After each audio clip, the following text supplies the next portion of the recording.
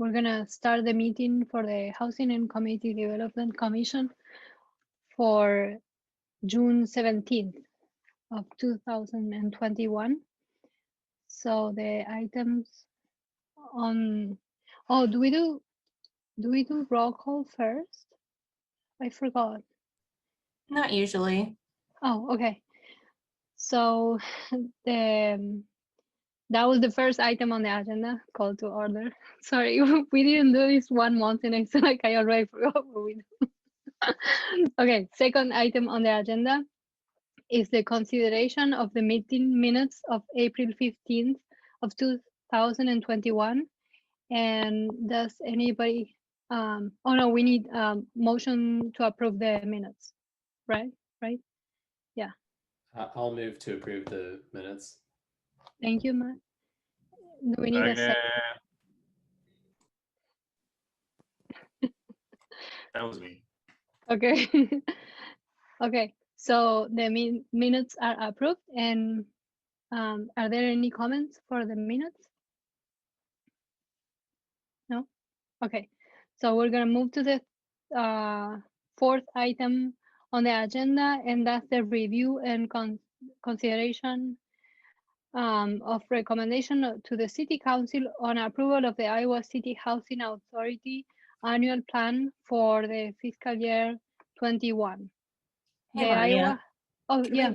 Can we back up just really quick and just do a quick vote on the minutes and just make sure there's no objections or anything? Oh yes, I'm so sorry. Yes. You're okay.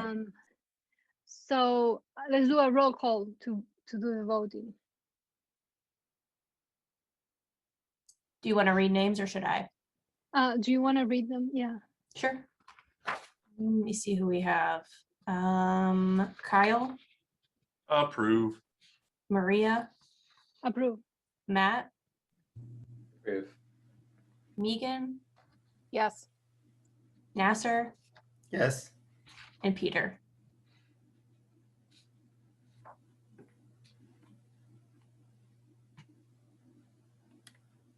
Are you there, You're Peter? muted.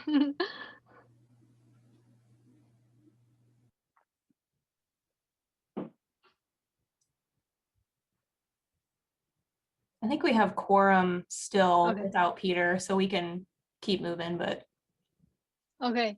This is I know I don't want to make too many comments out of the the agenda, but this is one of the things that I was thinking that in Robert's rules of order, you just say, if the meetings are approved, and then you don't need to vote on the meeting minutes. They are just automatically approved, and then you move to the next thing if nobody, if there are no comments. But it's okay. yeah, we can always revisit that. If we want to add that to the bylaws, we can. Yeah, I don't mind. I mean, voting is good. It's just an observation. Okay, so now we can move to the next item, which is item 4th on the agenda. And now we're gonna review and consider recommendation to the City Council on approval of the Iowa City Housing Authority annual plan for the fiscal year 21. Okay, So now I've thrown you way off. We skip public comment. Oh, wait, where are the public comments? What am I reading? Am I? Sorry, I interrupted you. I think it ruined the flow. No. Oh, I jumped. Oh my God, I'm so sorry. And this is the first time that we're being recorded. I'm like, I'm making a mess. Okay. Sorry. So we did the number 1 was call to order. Then number 2 was consideration of the meeting minutes. We voted, and now we move to number 3, and it's public comments on items not on the agenda. So does anybody from the public has any comments that they would like to address? It looks like Sarah Barron's here, so I'm going to go ahead and promote her.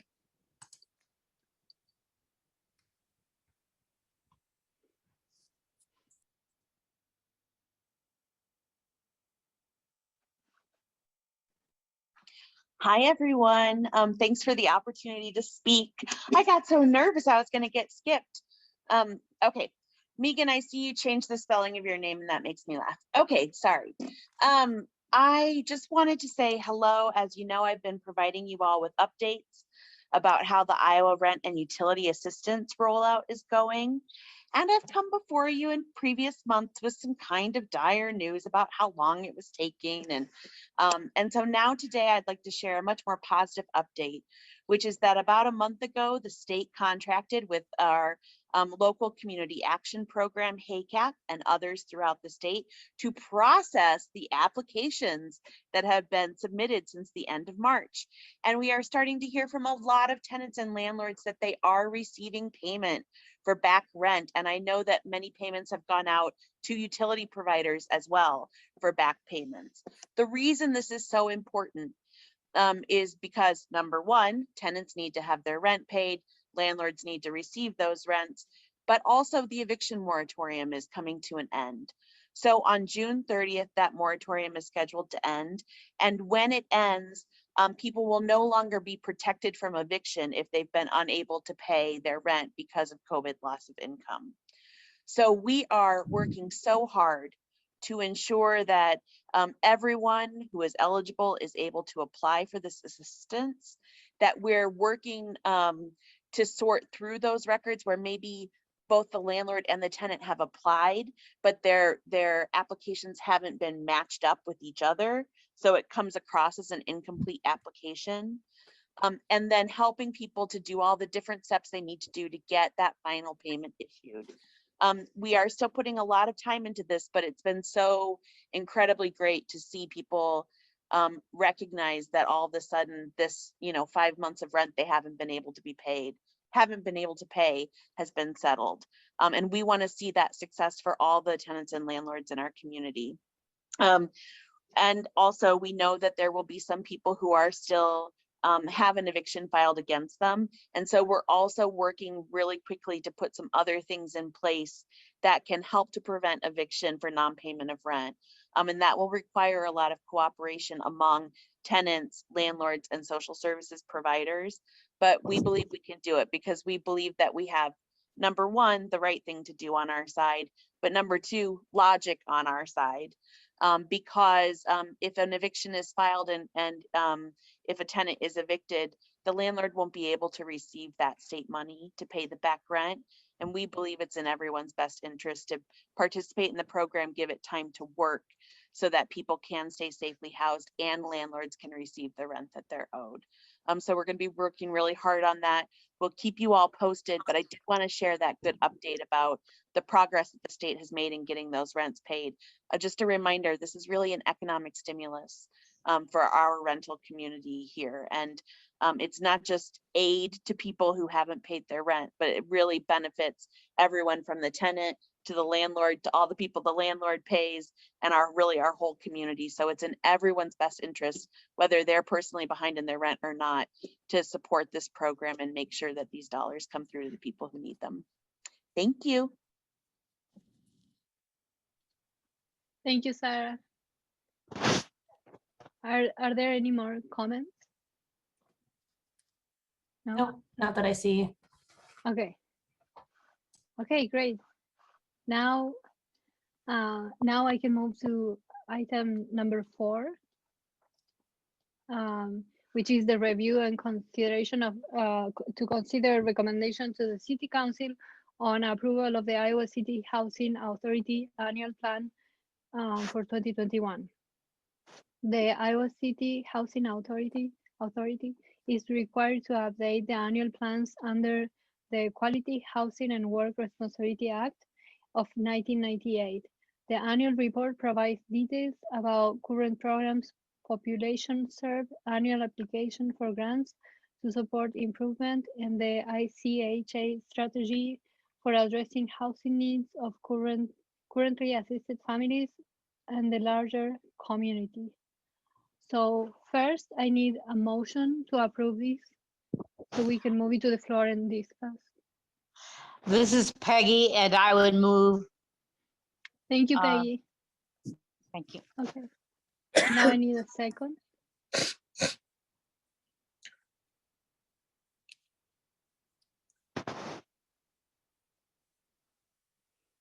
I will second. This is Lindy. Thank you, Lindy. Okay, great. So now we can move it to the floor and we can talk about this Does anyone has any comments to start? I wanted to just introduce Steve Rackus from the Housing Authority. He's on with the city today, so if you have any questions, he can definitely answer. Steve, do you have anything you want to intro with? Yeah, just real quick. I know you guys have an agenda and some presentations. Don't want to take up too much time. This is called an annual plan. It's really a report. The real planning document for the city of Iowa City is the city steps. The Housing Authority participates in that. HUD requires that we are substantially equivalent. That's not their words, but that that we are, in step with city steps, if you will. So we participate in that process. We invite our clients into that process. So that is the real planning process. And this is just a report. That's really all I have to comment, but would be happy to answer anybody's questions.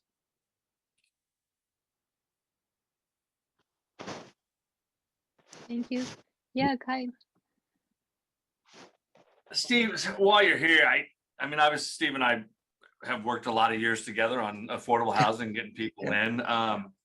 I think one of the most telling things to me in the whole report, and it seems to be a problem of how we view affordable housing in Iowa City, which is this concept that there's not enough affordable housing. But what I see in the report is there's not enough funds to get people off the wait list to get into the affordable housing that we do have. I mean, I looked today just at our vacancies, and we're just a slight, but in Iowa City alone, I've got 42 vacant units that are vacant either right now or vacant by August 1st that fall way below the affordable housing rent amounts.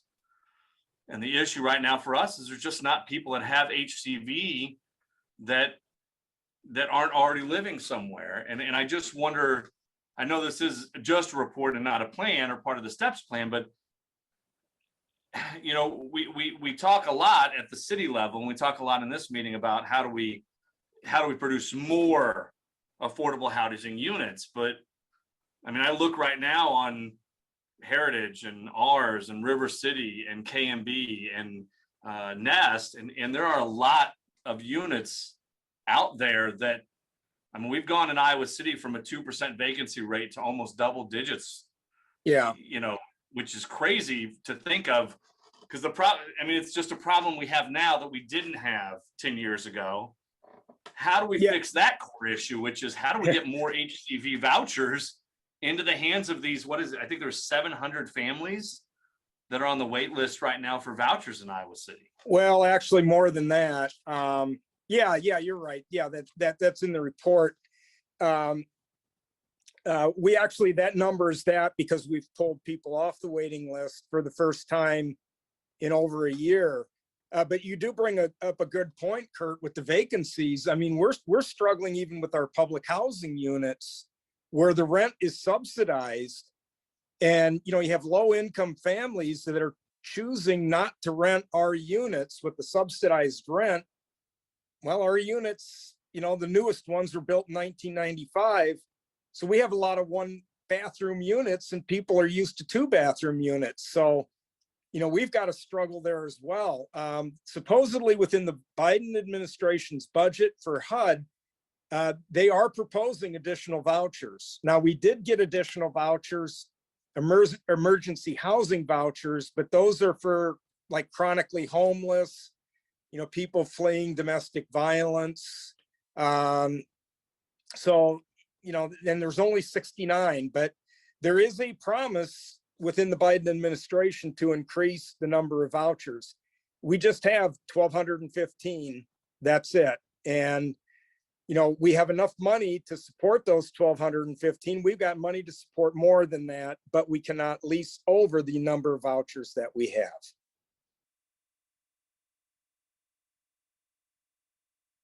So Kurt, I don't know what the answer, but again, I think that the difference that what you're talking about is building affordable housing is very difficult, but the Housing Choice Voucher Program is really not an affordable housing program.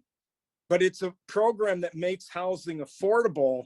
And I think HUD is starting to realize that, brick and mortar may not be, the best solution. The best solution is to help people pay for their rent, to help subsidize the rent, and not necessarily, we can house, 1,400-1,500 families for $8 million. How many houses do you get with $8 million? Probably not 1,400. Yeah, I mean, that just was the most, glaring part of that report to me was just, and Steve, we have a glut of empty units in Iowa City Yes. that could be getting put to use for people that could get subsidized to be able to afford these places. And we run into the same issue, three bedroom, 1 bath. Everybody wants 3 bedroom, 3 bath, or 3 bedroom, 2 bath, or, Yeah. so, right. I can't but it's blame them. just- I bought my Yeah. house because it had 3 full baths. Right. But it is frustrating because I don't know where we're at in the city steps, because once again, we write these plans for these 5-year city steps. And when the city steps program, when that report was put together, the plan was put together, we weren't in the same situation. We weren't in the vacancy situation. I mean, how does the city, how do we as the city, or how do we recommend to city council, I don't know, a hiccup in the step, or a hitch in the step midway through a city steps plan that can help address those things. And Brianna, you're better at this stuff. Yeah, I would turn don't know if all that's- that really back to community development. The housing authority, our programs they are prescriptive. It's, we have Right. those regulations to follow. So I would toss it back to Brianna. Yeah, some of that I know we've been talking about. I think it's something we do once a year where we would get feedback on the consolidated plan to see if anything has changed. Normally, I don't think you have a global pandemic in between when you made the plan and now, but certainly there'd be some changes and there's opportunity for feedback there. Kind of off topic, but I did read a really good book about the voucher program. It was called The Voucher Promise. If you're interested in that at the federal level and some of that policy discussion there, opportunity for improvement, that was worth a read. So, but what I'm hearing here is like, would it help if we had more vouchers? Because what Kylie's saying is like the issue also is the type of units that we have available, right? That are available, that they have just one restroom. So if we had more vouchers, but people still wouldn't want those units, would they still be empty? Would we still have the same issue? Well, Is I would the argue issue- that out of the 1,200 people on the waiting list, even if 300 of them were willing to take a 2 bedroom, 1 bath, or a 1 bedroom, 1 bath, we would still be able to get people into homes. And as Stephen just stated, the issue is they are at a limit of how many vouchers they can give out. So then it comes back to the question, which we've talked about in here, which is, is there a position for the city to have funds available to create a localized voucher program that the city would, outside of, the HCV program from the federal level. But I don't even know. I don't know how that works. I don't know how, HCV accepted people through the HUD program. If the city had a pool of money to do subsidize, I don't know. That's kind of the question, is if we're talking about, well, I know we talked about, the fee in lieu of stuff, and the city doesn't know yet what, and I know, and is Nasser on the housing committee? Maybe that's Peter. something that maybe Peter is. Okay, maybe Peter can Yeah. discuss whether they've had any of those discussions at the housing commission or I that think that's a housing good point. committee. I don't want to interrupt you, Kyle. Yeah, no, I it's fine. appreciate everything you're saying, and we can definitely keep talking about that, but I think we're veering a little bit to where if we want to talk more about this, we should probably put it on an agenda just to be fully disclosing. But at the end of meetings now, I think I'm just going to try to make a note to ask you guys what else you want to talk about at the next meeting, so we can definitely continue to discuss that if you want. But if there's more to talk about with this specific report, we can definitely keep going on that. So Well, I but this appreciate is the work that Steve related. does, for sure. But this is related because what if we like don't want to like make a recommendation to the city council? I mean, maybe Kyle wants to propose some modifications to the report. I'm having trouble understanding why are we voting on a recommendation to the city if this is just a report. It's probably Right. a HUD requirement, but I'll let It- Steve. And Okay. yeah, I believe it is covered in the Housing Commission bylaws. Okay. So just like when we have changes to our administrative plan or our admissions and continued occupancy plan for public housing, any policy decisions has to go through HCDC. This is not really policy, but it's a report back out on how, policy was implemented. I believe this is part of, I think legal determined that as part of the bylaws, we come to the commission first and then to council second. Okay, so then could we recommend that we recommend this report to the city, but also with a recommendation that they look into creating a local program for with local money to create more vouchers, because that's what we are seeing that is needed. Kyle, do you think, is that something that we could do, Brianna, or? And I guess the question there was whether that would be under the Public Housing Authority's strategies for addressing the housing needs of currently assisted families in the larger community. Yeah. I don't know if this would be something that would fall under the PHA, because this would not be something that would currently exist under the housing. I don't know. I mean, would a local. All of would our funding is ICHA federal at this point. Right. Oh, We're That's a good completely question. federally funded. No Okay. city But money if we- comes to the housing authority. But do Okay. if the city had something like that, though, do you think PHA, do you guys think the ICHA as our public housing authority would also Well, administer a city program, or do you think I that would would end up think- being a different? Yeah, I would think city council would want to keep it in the housing authority. I mean, we're the staff that's trained. yeah. But Right. right now, the number of vouchers that we have also are pushing the upper limits of the number of, households each case manager has. So each case manager has about 300 households. More vouchers, will require potentially more staff, which adds more cost. Right. I mean, I think what Maria is asking, though, is this something that could be included in that report as a potential strategy for addressing the housing needs? I guess that's up to the Housing Commission. I haven't looked at your bylaws in 15 years. I mean, as we all know, No. everything we do is just a recommendation. The city can, council in the end can be like, oh, that's nice, we're just gonna move on. I mean, it's always up to them. I am curious if we can include that in the report as a recommended strategy for addressing housing needs, is that the city looks at a local source program to increase the availability of vouchers for people on the wait list. I mean, do you think that would be appropriate, Brianna?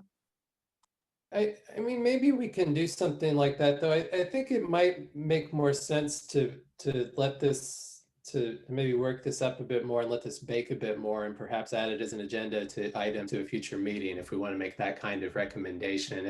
It's the sort of thing that we wouldn't want to just tack onto a report at the last minute. That's what I was gonna say too. I'm put in mind of, I guess it was eye-opening for me, one of the last times we met and we were talking about something in the CDBG application, and it seemed like a good idea. And then Chrissy came and she was talking about her perspective and what that meant for them. And I think it's good to get different sides of the issue that maybe us in this Zoom room wouldn't see. So I think it would probably be better to discuss it in the future and fully disclose it on the agenda, so anyone who has opinions on it could come and talk about it. And the other thing is, in Steve's world, things are very prescribed. It's very federal, and community development. We do have CDBG and the new home ARP funding we don't know everything about yet. So there may be more space for those discussions with these new funding sources. I'd be happy to come back and, provide whatever resources I could at a future discussion in that matter. That'd be fine.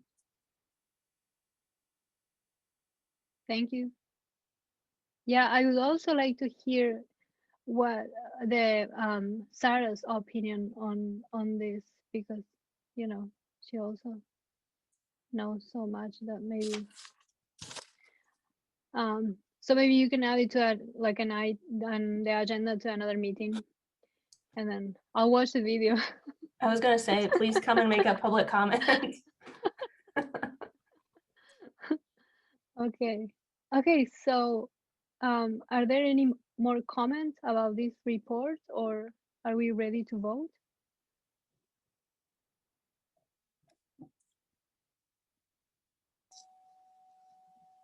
I'll move that we vote, move to approve with the understanding that we will add an agenda item to discuss options and recommendations in more depth at another meeting. Great. Okay. And then I need a second. I'll second. No, actually, Wendy. yeah. Oh, no. Okay. Actually, that's like we already voted, like we already made a motion and a second, right? So this is like the way we're Yep. sending it to the council. Okay. So now we vote, right, Brianna? Yep. Do you want me to read names? Yes, please. Okay. Okay. Kyle, Yep. Maria, Approve. Matt, Yes.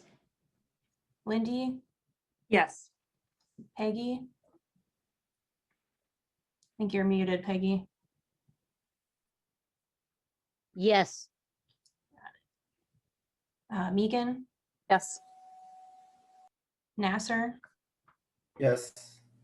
and Peter.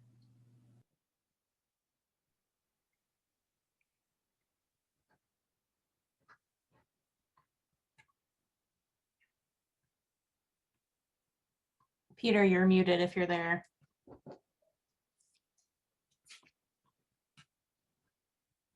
All right. we'll leave it- Yes, I'm sorry. I was trying to unmute myself. Alrighty, thank you. It is, yes.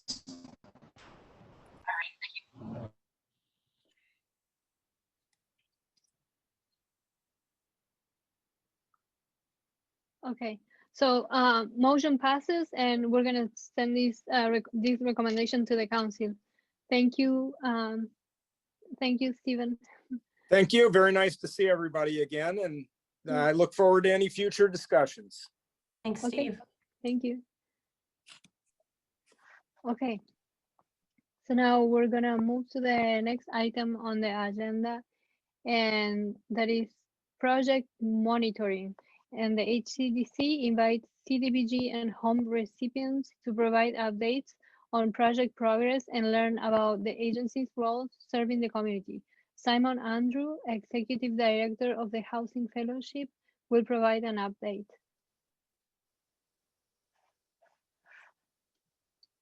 Hi, everyone. Thank you for your time. I do have a PowerPoint presentation tonight that I'll try and run through pretty quickly. I have given a copy of it to Brianna too, so feel free to interrupt me or hurry me up at any time you want, and that information will still be there for you if you would like.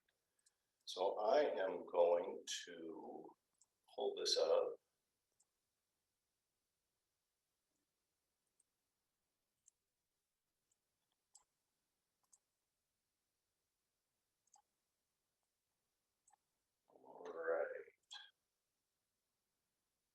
It says that my screen sharing is disabled. Darn it. Okay. I might have to just do it for you. Sorry. Oh, no worries.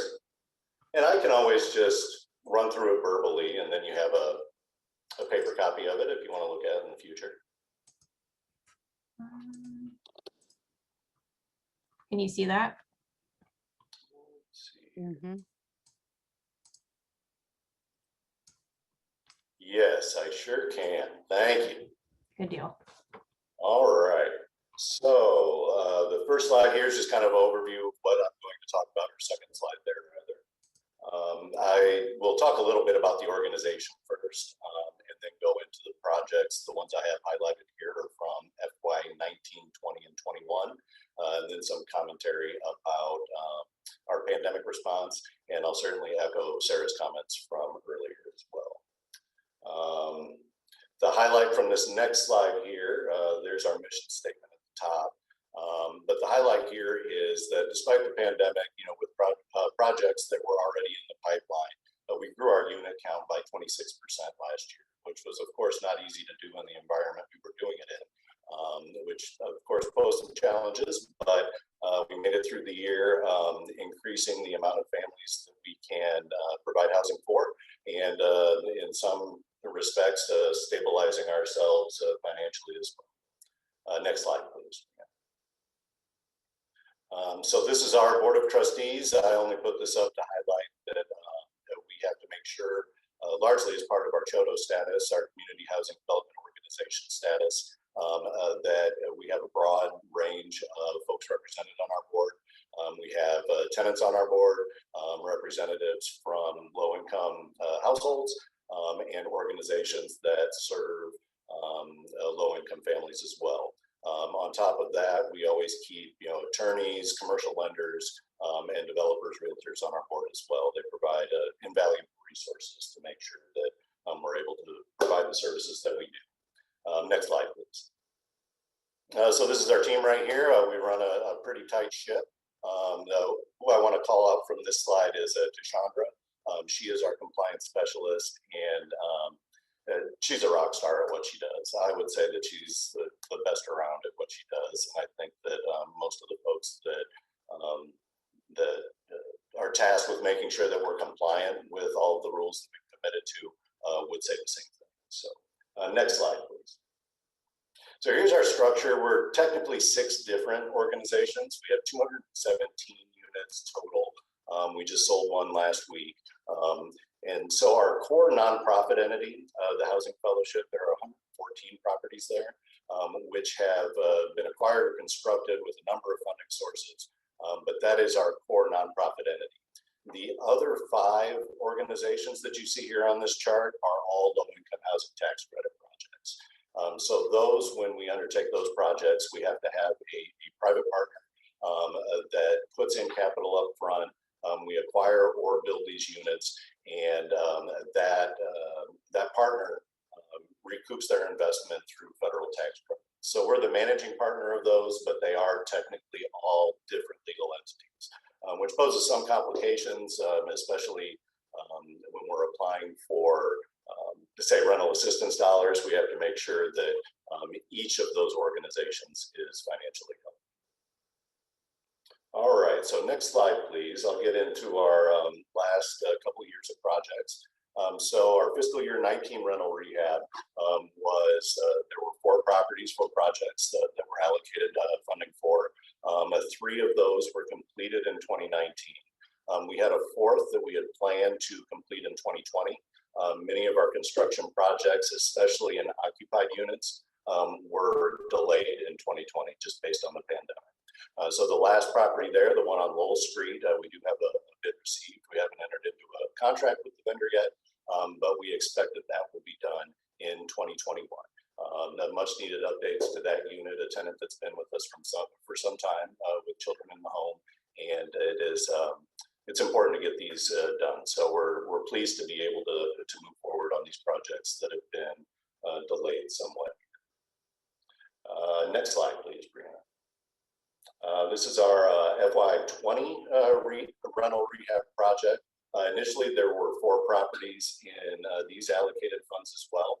The CARES Act, as part of the federal government's pandemic response last year, changed the amount of dollars coming through this project that could be used for operations. So 2 of the homes that we planned to remodel with these dollars, those projects were delayed, and we were able to use those dollars to backfill some of our lost rent from the pandemic and keep those families in their homes. So the first one to be bid out here is 427 First Avenue. That home needs a ton of work. It's on First Avenue, just around the corner from the old Hoover, just down the block from City High. A great location, great home, but is in pretty dilapidated condition. So that's going to be the biggest rehab project that we've done for a number of years. Again, that has gone out to bid. We have received bids and plan to we have one that we plan to accept and expect that to get done in this summer as well. It says summer 2020 there, sorry, it's supposed to be 2021. The other house in that fiscal year is Esther Court. That one has not been bid out yet.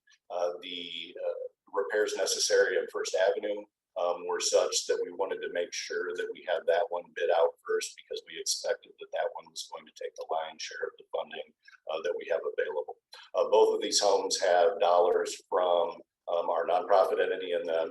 We are putting skin in the game for these, and there was money allocated from the Housing Trust Fund of Johnson County too. So that is the one way that we keep these homes both kept up well and affordable, is compiling a number of those funding sources. So the last rehab, sorry, next slide there. The next rehab that I'm going to talk about, again, was delayed a little bit. This one we were happy to be able to help out another nonprofit organization with. These are, it's a duplex on Taylor Drive. The repairs to these units are not as extensive as some of the other ones that we're doing. It's largely, besides the HVAC and water heater, it's largely cosmetic repairs. However, after we were obligated funds for this project, the Fairweather Lodge experienced a fire. That's a shelter house property that had 6 tenants in it. And that building was a total loss for Shelter House. So since we hadn't started on this project yet, we were able to, and it was currently vacant, we were able to enter an agreement with Shelter House that they can use this property for those 6 tenants, those 6 clients of Shelter House for a year, while they figure out whether they're rebuilding their previous property or acquiring a different home for these clients of theirs. So the soonest that we would undertake this project is March of 2022. And our agreement with Shelter House runs through that month. So it was really important both to be able to reallocate some of that FY21 funding and be able to help out again another local nonprofit. Next slide here. This one kind of combines our pandemic response with a thank you for our the operational dollars that we get through our CHODO status. So first, I just want to mention that early on in the pandemic, we donated the use of 4 of our vacant units to the Domestic Violence Intervention Program. They were trying to get folks out of their group shelter in order to alleviate some risk for coronavirus spread. 2 of those units, rather, is that duplex on Taylor that Shelter House is currently occupying. Another thing I wanted to mention is that we're currently working through a backlog of maintenance requests. Like I said, over the course of the last year, we've really been trying to only go in occupied units when it was absolutely necessary.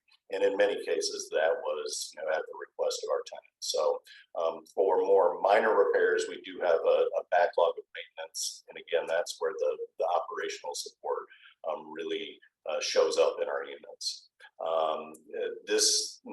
The next 2 points speak to the topic that Sarah Barron brought up, is that we are currently working closely with our tenants to apply for that program. Our office manager, it's essentially become her full-time job. Sarah has noted to you all of the hiccups and complications in getting that program rolling, getting dollars actually out the door. We have had a number of tenants who have had their past due balance paid. But even after those approved requests and after we have that money, we still have over $170,000 in past due rent. And so reallocating those project dollars, being allowed to reallocate those project dollars to keep our operations going while we're able to float those tenants who are currently unable to pay has been critical. The delay in these rent assistance dollars, the impact it has on the families living in our homes cannot be understated. It has been really terrifying for a lot of the families. Now, fortunately, again, we've had flexibility to be able to keep them in their homes and keep them, through donations or other social assistance programs, keeping them current. But I want to make very clear, again, something that Sarah had mentioned earlier, that we look at this program as being primarily for us, not just making sure families are able to stay current on their rent. It keeps us able to keep our operations going. It allows us to pay our contractors that we need to work on our homes. It allows us to pay back our banks that we have, close to $6 million in debt on these homes that we need to keep current on those payments. We had to delay, we'll go to quarterly payments on a couple of our insurance policies rather than paying a lump sum for an annual payment, based on cash flow issues. So again, just as Sarah said, this is an economic stimulus program, and the delay and the kind of view of it as being solely a social service program has been very frustrating for us. So we're very happy that those dollars are beginning to get pushed out the door. And to pat ourselves on the back, we were involved with the Iowa Finance Authority and their third-party IT vendor in improving the application and improving some of the communication to landlords. I do believe that there are a lot of fixes that still need to happen, but we were involved in that process, and we are proud of the improvements that we helped make there. Next slide, please. All right, Delray Ridge. This is one of our LIHTC projects. This was our biggest project to date as an organization. It is a 33-unit building on Dubuque Street. I believe that I presented to you about this project last year. It was still under construction at that point. We were able to, with some scrambling, get it 100% leased up the week of the Christmas holiday last year, which again took a good deal of scrambling. And had we not met that deadline, that would have put some of the tax credits at risk that our nonprofit entity would have had to pay back to our investing partner. It's a mixed income building. There are units everywhere from roughly $300 up to closer to $1,200 for those units. That equates to 30% AMI, up to 4 market rate units in that building. And that's something that as an organization we take very seriously. By and large, we are a scattered site housing provider. We like that our units are spread out all over Johnson County, and that they integrate very well into neighborhoods. So, as I'm discussing projects with a contractor or looking to get bids for a rehab, we frequently get the commentary, "Oh, I love that house. That's a beautiful house. I didn't realize that was a fellowship property." So, this is a single apartment building, but we really do think that the economic integration is an important piece both for us and our tenants and the community school district as a whole. This unit or this building also has 5 accessible units in it, accessible showers, bathrooms, kitchens, which is something that we also see that the market very much needs. I mentioned that Hills Bank is our limited partner on this project. They provided $4.2 million up front to get this building going, to retire the construction loan debt. And over the course of the next 10 years, they will see federal tax credits that recoup their investment. The city of Iowa City was also instrumental in getting this project moving forward, as well as the Housing Trust Fund of Johnson County. They provided the loan with which we bought the land initially. Next slide, please. This is the last slide here before I ask if you have any questions, but I just want to highlight this note in particular, which isn't uncommon to get notes like this from our tenants, but this one came at a very stressful time for us. It was just as we were wrapping up Delray, with a fear that we were going to owe $500,000 to refund tax credits. And, it was really nice to be thanked for our hard work. This particular tenant, we bought her out of her previous lease. We had our staff help her move, and we're able to get her in a very cold week when she was afraid that she wasn't going to have anywhere else to go. So I always want to include something like this, just to thank you all for all of your work. You know, we manage these properties, but you know, without partners such as the city, without federal dollars, trust fund, all of our local partners, we wouldn't be able to make this happen. So the last slide, just asking for questions there.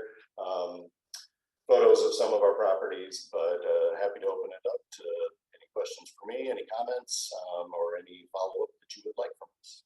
Again, thank you for your time.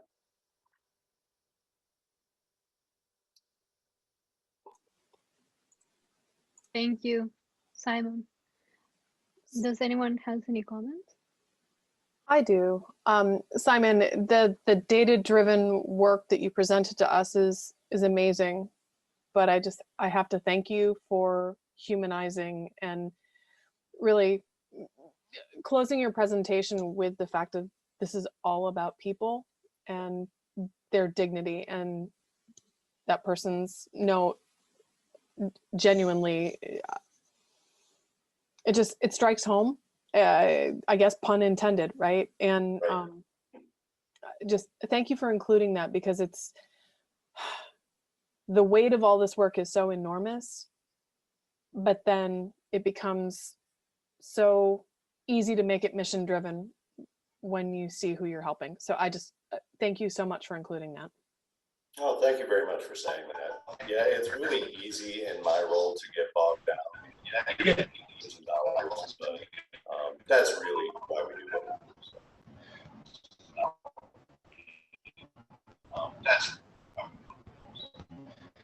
Yes, Simon, this is Shapiro. First of all, I'd like to thank you for the very nice presentation of your organization. I am really proud of what you accomplished in the organization. Good job on that.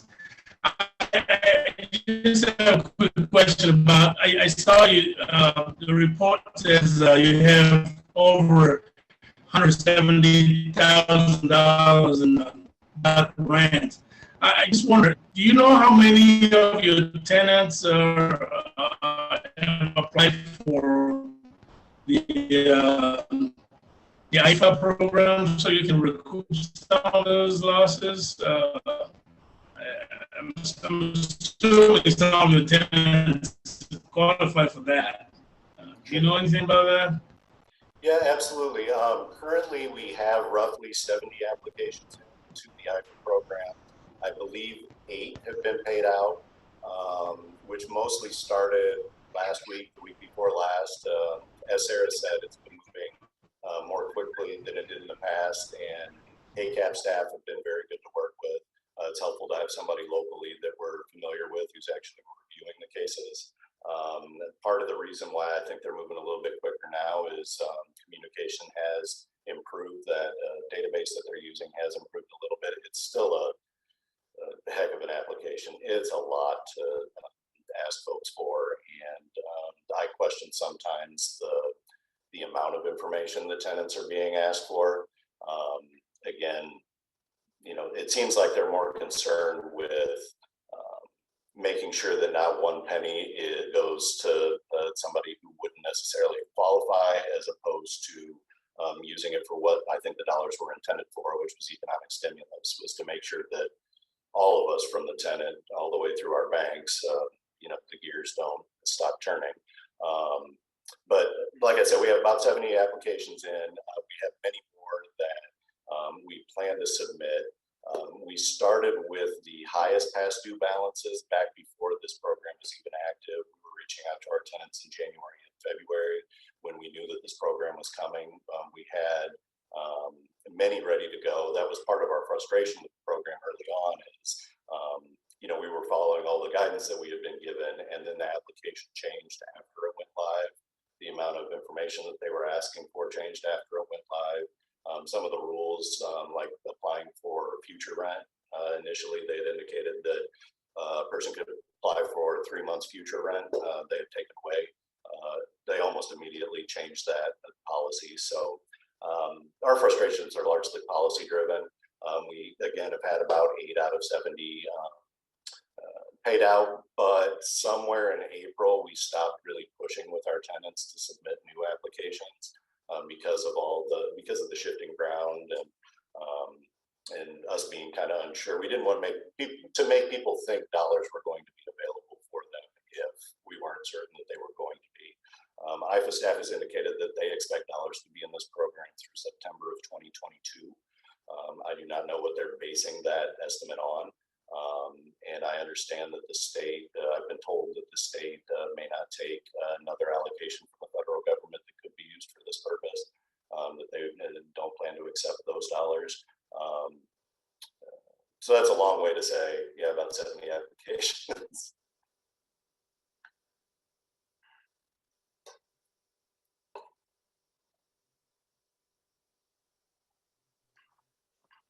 Thank you. I think I have a question for Simon. Yes. Thank you for providing us with this nice and informative presentation. I am familiar with the Section 8. Is this project work the same way as the Section 8 or has some differences? Also, how to apply for it? Sure. We're a nonprofit entity, but you can think of us more as a typical landlord, as a property owner manager. So we own and manage units that we've cobbled together over the course of 30 years with some public dollars and private dollars, buying some homes or constructing some homes, but we're the landlord. So Section 8 is a voucher, is a payment that voucher holders can use to pay their rent with any landlord willing to accept it.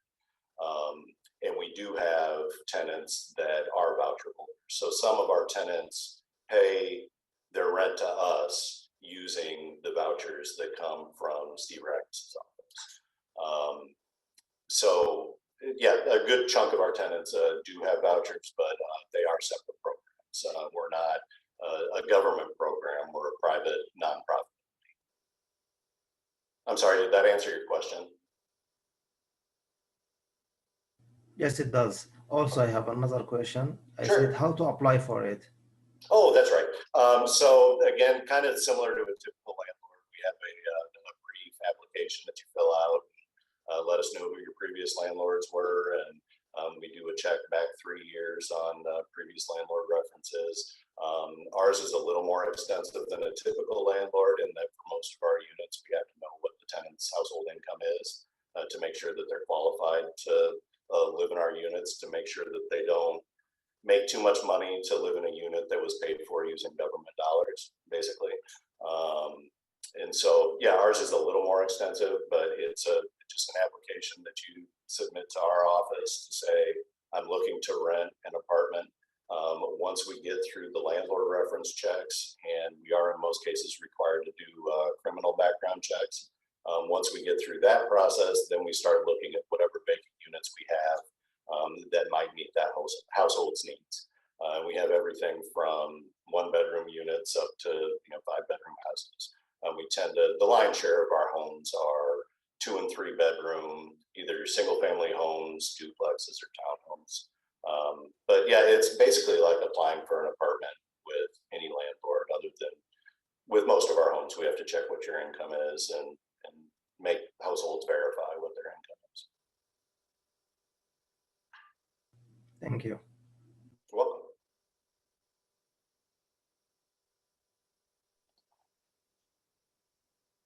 Does anybody else has any comments? No. Well, Okay. thank you. Yeah, thank you for all so your much for your presentation. time. Think of a question in the meantime, don't hesitate to reach out. Okay, thank you. So long. Have a good evening. Thanks, Simon. Okay. Now we're in the agenda item number 6.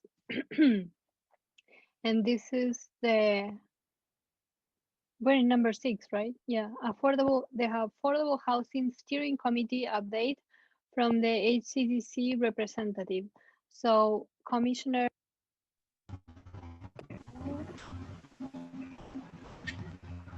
Yeah, hello. Can you hear me okay? I was gonna ask, is anyone else having trouble hearing Peter? Yeah. Unfortunately, yes. It's very bouncy. I'm having a hard time. Sorry, the place where I am, I don't have good connection here. I'm not sure how we're gonna do this. If you can't hear me, Brianna, I can submit a written report instead, if That that be sounds okay. good. Yeah, sorry we can't hear you, but that might be a good alternative in the meantime. We can always pick up the discussion next time as well. Yeah, I'm very sorry about that. Yeah, I sorry, was Peter. sending a report.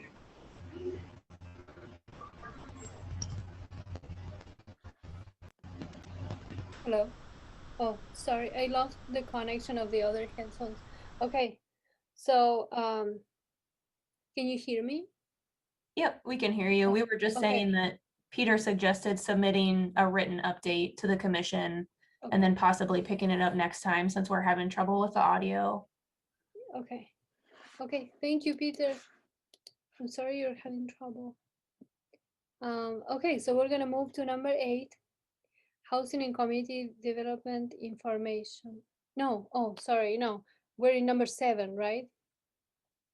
Iowa City Council meeting update. That's me. 2 commissioners are assigned each. Oh no, this is the city updates. Okay, 2 commissioners are assigned each month to monitor council meetings. This agenda item provides an opportunity to review assignment schedule for brief updates on city council activity relevant to the HCDC business. Commissioners should not engage in discussion with one another concerning said items. I was thinking the last time we met when we scheduled out these updates, I feel like we've exceeded that time frame. So I wanted to ask if you guys want to assign a commissioner to new meetings, or how do we feel about the council updates?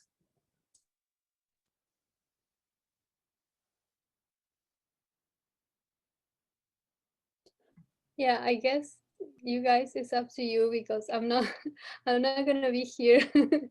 So, it's your decision. Like, what do you think? Do you want to keep doing this or not?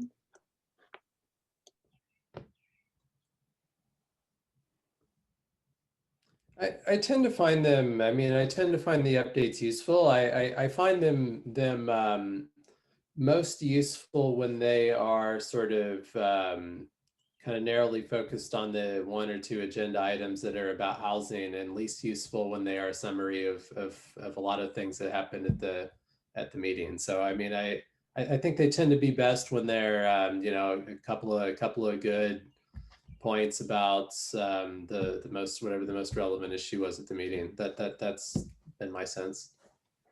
I would agree with that and think that also it's entirely legit that if the meeting did not focus on things that were relevant for our commission, we can say it was an interesting meeting, nothing relevant for us, and move on. We don't need to still, and I'm guilty of it, like, oh, here's all the stuff.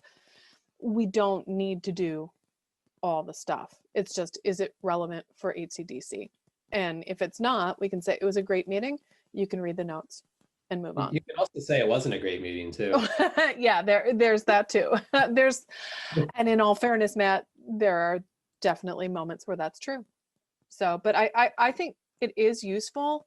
I would say having, Maria and I got on at the same time and we didn't do this initially. And there were moments of surprise because we're not keeping up with things that have made it to council. So I think that is really useful for us to know what's on the radar, the way in which things are presented, things like that. But we don't need to be exhaustive. She says being exhaustive.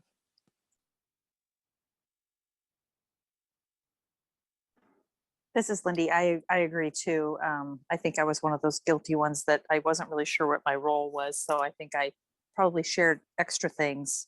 But I like just sharing 1 or 2 highlights or it doesn't pertain to us this time.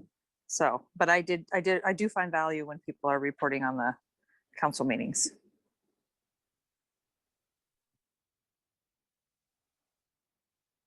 So we probably should, if you guys want to continue doing this, we should probably find people for maybe the next three months. And then, you know, you guys continue to vote. So we would need someone who, like, we would need 2 commissioners to do that in July. Does anybody want to, like, check the meetings, the city council meetings of July? I can volunteer for the next one is. Okay. And I I'm could not actually, sure whether that's next week or the week after when that is, but whenever the next one is. Yeah. I could take up August. Okay, great. September is going to be kind of not so good. It can be yeah. in August too, August or September. Okay.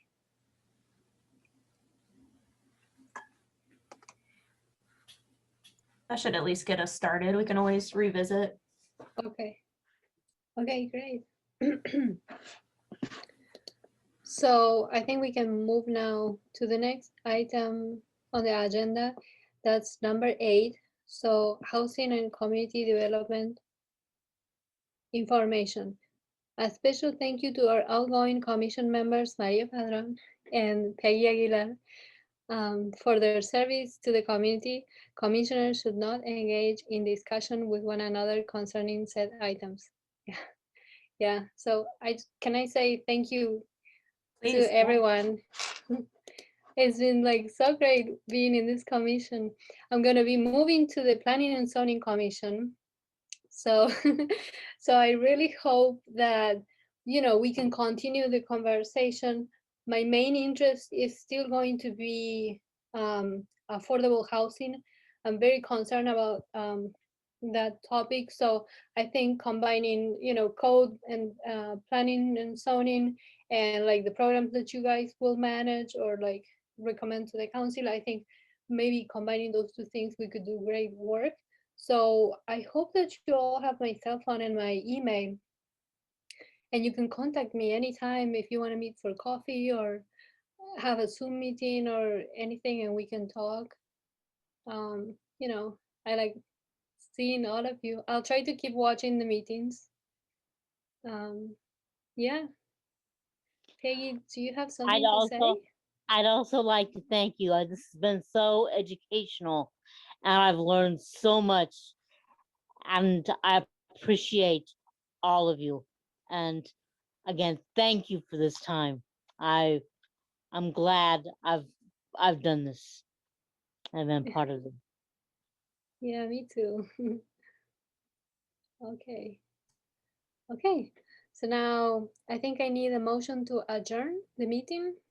I have just a couple of things I'll share quick. Oh, yeah, yeah. I just wanted to say also thank you to both of you. I know the meetings are a big commitment, but then also with this commission, there's a lot of reading and extra time invested. So thank you. It was really good to get to know you both, although we still haven't met in a room in person. So I feel like that should change at some point. Yeah. Let's see. So the next meeting will be welcoming 2 new commissioners, Becky Reedus and Caleb Baining. So we'll do officer nominations. And then we can pick up the agenda item we talked about today. As far as announcements, we have Erica on maternity leave, so I'm flying solo here for a couple months.